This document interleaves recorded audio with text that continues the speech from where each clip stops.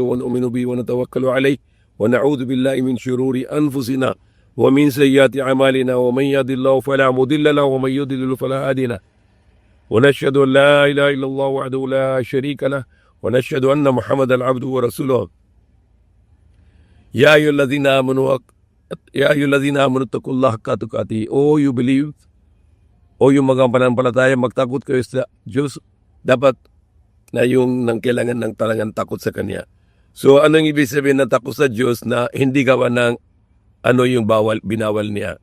Ano ibig sabihin ng takot sa Diyos? Sumunod tayo sa utos ng Diyos, hindi gagawin na ano yung binawal ng Diyos. Ngayon, sang araw na ito, gabi na ito, na marami ng bawal ginawa ng mga tao. Na sabi nila ito, maging celebration ng New Year. Hindi talaga ito New Year. Ito yung pagano na New Year. Yung mga dati na Romano pagano na meron sila ng mga Diyos-Diyusan. Katulad yung January. Ano ibig sabihin ng January? Janus.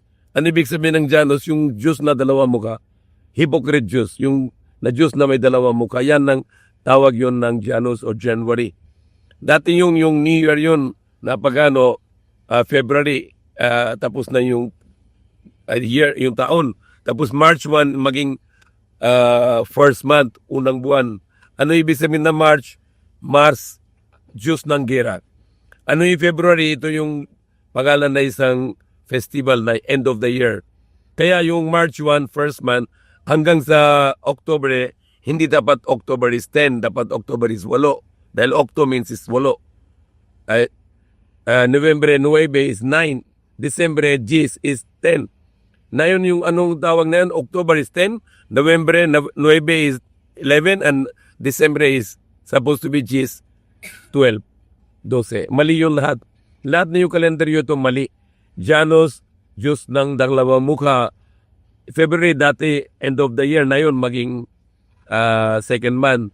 Kaya yung dati end of the year, dahil kaya yung kulang yung 28, 29, dahil last na yun. April, Aphrodite, Diyos ng babae. Maya, Virgin Maya, yan ng Diyos ng Diyosa din, yung Diyos na babae din. June, Junyo, Diyos ng pangalan Junyo, pangalan ng Diyos-Diyosan din, para mga ribolto. July is Julius Caesar, yung hari ng pagano ng Romano. Augustus means yung hari ng pagano din Romano. September is Septi is supposed to be 7, but ginawa nila 9. October supposed to be 8, but ginawa nila 10. November 9 supposed to be 9, ginawa nila 11. December dapat 10, but ginawa nila 12. So mali lahat ito. At ano yung ginawa na sa New Year celebration? Pinakamasama yung firecrackers. At yung samba sa mga Diyos-Diyusan, yan pinakadakilang ng masama. Na walang patawad ng Diyos na ganito kasalanan at samba sa Diyos-Diyusan. At yung ginawa ng yung putok-putok, yung mga firecrackers, malaking kasalanan. Yan na ginawa nila na masaya sa mga devil. Dahil devil, hindi nang tumakas sa firecrackers, sa putok. Dahil yung likha ng Diyos sa devil, sa apoy, so gusto niya apoy. So ito yung ginawa yun para sa masaya ng devil.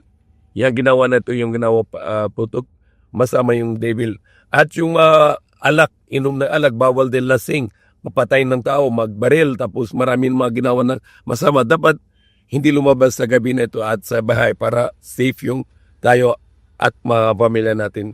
So yan lang minsan na ano yung marami bawal sa bagong taon, hindi sumunod yung mga tunay na panampalataya at iwas na yun na ito ng mga shirk at yung mga bawal sa bagong taon ng celebration. May Allah guide us, amin.